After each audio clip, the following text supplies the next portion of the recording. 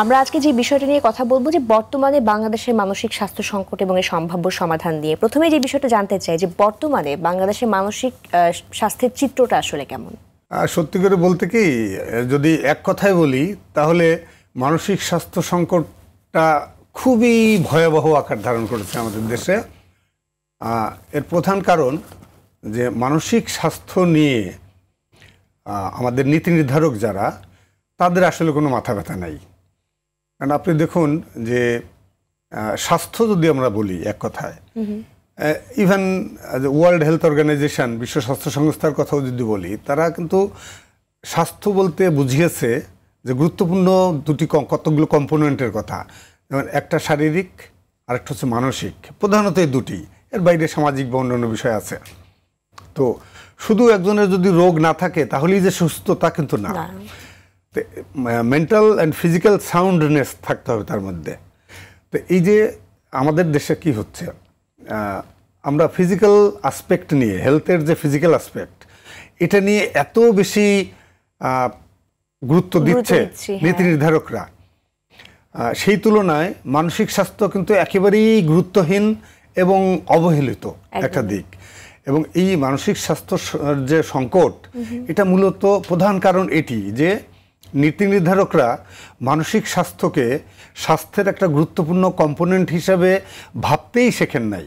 যদিও তারা স্বাস্থ্য নিয়ে সবসময় কথা বলছেন, কিন্তু আপনি দেখুন যে আমাদের দেশের স্বাস্থ্যের জন্য কত কিছু করছে সরকার। স্বাস্থ্যের একটা বড় বাজেট আছে, কিন্তু মানসিক স্বাস্থ্যের বাজেটের কথা বলছেন আপনি। বাজেট ধরুন স্বাস্থ্য খাতে, আমাদের দেশে স্বাস্থ্য খাতে যে বাজেট প্রতি বছর দেওয়া হয়, সেই স্বাস্থ্য বাজেটের মাত্র 0.5%, অর্থাৎ স্বাস্থ্য বাজেট যদি থাকে 200 টাকা, তাহলে মানসিক স্বাস্থ্যের জন্য বরাদ্দ হলো 1 টাকা। অর্থাৎ 199 টাকা হচ্ছে শারীরিক স্বাস্থ্যের জন্য, 1 টাকা হচ্ছে মানসিক স্বাস্থ্যকে অ্যাড্রেস করার জন্য।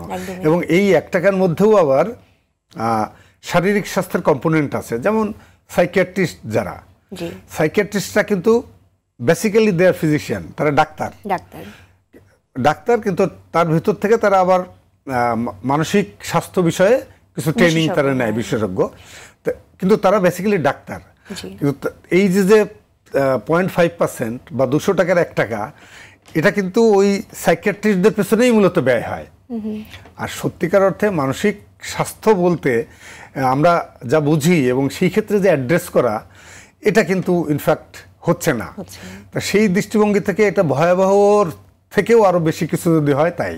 জি স্যার, আরো যদি একটু জানতে চাই যে কোন কোন সামাজিক, অর্থনৈতিক এবং পারিবারিক কারণকেও আমরা আরো অন্যান্য কারণ হিসেবে আসলে যুক্ত করতে পারি মানসিক স্বাস্থ্য সমস্যার? আসলে মানসিক স্বাস্থ্য সমস্যার মূল কারণ হচ্ছে মানসিক স্বাস্থ্যকে অ্যাড্রেস করার জন্য নীতি নির্ধারকদের একটি সুনির্দিষ্ট পরিকল্পনা প্রণয়ন এবং সেই পরিকল্পনা বাস্তবায়নের পদক্ষেপ গ্রহণ, সেটি নাই দেখেই মূলত মানসিক স্বাস্থ্য সংকটটা এই পর্যায়ে এসে দাঁড়িয়েছে। আর ঠিক এটার সাথেই সম্পর্কিত আমাদের সামাজিক এবং পারিবারিক বিষয়গুলো, যেমন সমাজে এখনো মানসিক স্বাস্থ্য সমস্যাকে তারা কিন্তু মানসিক স্বাস্থ্য সমস্যা হিসেবে দেখে না। এরা মনে করে এটা হয়তো ভূতের আসর করেছে, অথবা জিনে ধরেছে, অথবা এই জাতীয় কিছু। এটা তো আসলে তা নয়, এটা তো মানসিক স্বাস্থ্যগত সমস্যা।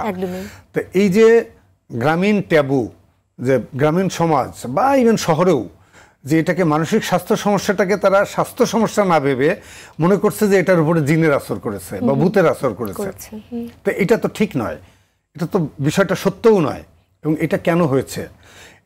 এটা হয়েছে মূলত আমাদের সুষ্ঠু পরিকল্পনার অভাব এবং তার বাস্তবায়নের পদক্ষেপ না থাকা। এর ফলে কি হয়েছে, পরিবারে আমরা দেখতে পাই যে কারো যদি মানসিক স্বাস্থ্যগত সমস্যা থাকে, তাহলে এটা পরিবার থেকে অন্যকে জানাতে চায় না, চেপে রাখতেছে, গোপন করে। আবার তারা যে এটাকে ট্রিটমেন্টের দিকে যাবে, যে স্বাস্থ্য সমস্যায় কারোর সাথে আমরা কথা বলি, এটার কিওর করা যায় কিনা, সেটাও কিন্তু তাদের অনীহা, তারা নিতে চায় না। এই যে পারিবারিক, এগুলো কিন্তু পারিবারিক সমস্যা, এবং এই পারিবারিক সমস্যাটা সৃষ্টি হয়েছে মূলত সচেতনতার অভাবের কারণে।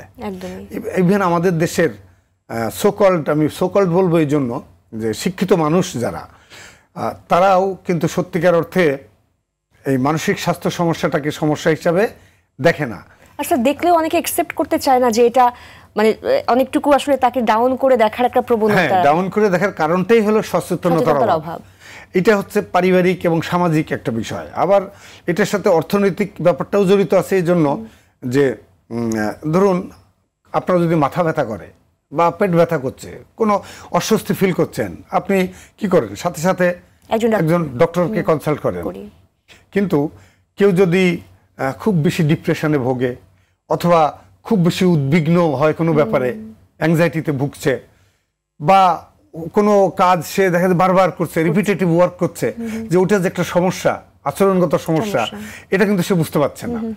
তো এটা বা কেউ কেউ বুঝতে পারলেও ওই যে জানাতে চায় না মানুষকে, একদমই গোপন করার যে। হ্যাঁ, আবার যারা ইভেন অর্থনৈতিকভাবে স্বাবলম্বী তারাও কিন্তু এটা জানাতে চায় না, গোপন রাখতে চায়। তো এই জন্য অর্থনৈতিক, আর বেশিরভাগ মানুষেরই অর্থনৈতিক কারণ হলো ওই যে জিনে ভূতের আসর, হুজুরের কাছে যাবে বা ফকিরের কাছে যাবে, পানি পড়া বা তাবিজ এগুলো দিয়ে সারাতে চায়। কিন্তু এটা যে সত্যিকার অর্থে মেন্টাল হেলথ স্পেশালিস্টের কাছে যাওয়ার কথা, এটা বিজ্ঞানসম্মত চিকিৎসা আছে, সেই বিজ্ঞানসম্মত চিকিৎসার ধারণাটাই তাদের মধ্যে নাই। আবার যাদের আছে তারাও অনেক সময় অর্থনৈতিক কারণেও এই কাজ করতে চায় না। সামাজিক দৃষ্টিভঙ্গি তো আসলে বড় একটা বিষয় এখানে, যে ফিজিশিয়ানদের কাছে আসছে না বা মনোবিজ্ঞানীদের কাছে আসলে চিকিৎসার জন্য আসছে না। সামাজিক দৃষ্টিভঙ্গির জায়গা থেকে তো তাদেরকে আসলে অনেকটুকু, যেটা বলছিলাম স্যার, মানে এক ঘরে করে দেখা হয়, বা সেই মানুষটার হয়তো ডিসিশন মেকিং এর জায়গাটা সেরকম ভাবে ভয়েসটা আসলে থাকে না, পরিবার থেকে তাকে আলাদা করে রাখা হয়। কিন্তু এই যে দৃষ্টিভঙ্গি, এটা কেন?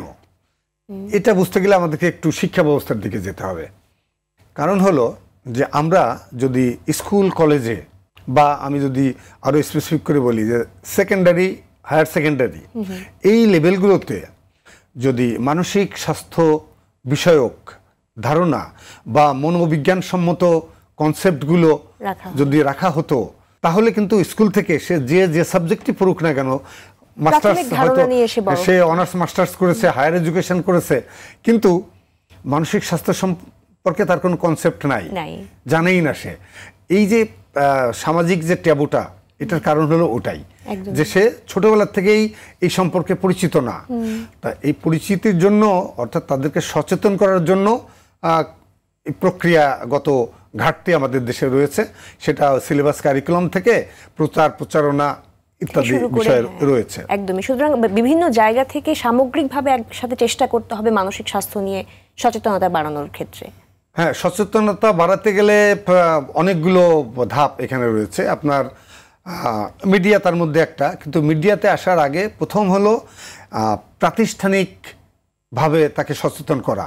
আর প্রাতিষ্ঠানিক সচেতনতা বাড়াতে গেলে শিক্ষা প্রতিষ্ঠান, সেই বিষয়গুলো, সে এলিমেন্টারি থেকে সেকেন্ডারি বা হায়ার সেকেন্ডারি, এই যে বেসিক এডুকেশন যেটাকে আমরা বলি, মৌলিক শিক্ষা, তো এই মৌলিক শিক্ষার জায়গায় এই স্বাস্থ্য সমস্যা, বিশেষ করে মানসিক স্বাস্থ্যগত সমস্যা এবং মনোবিজ্ঞান, এই বিষয়ে মনোবিজ্ঞানের যে ধারণাটা, এইটা যদি মানুষ পেতে পারে তাহলে কিন্তু এটা অ্যাড্রেস করা অনেকটা সহজ হবে।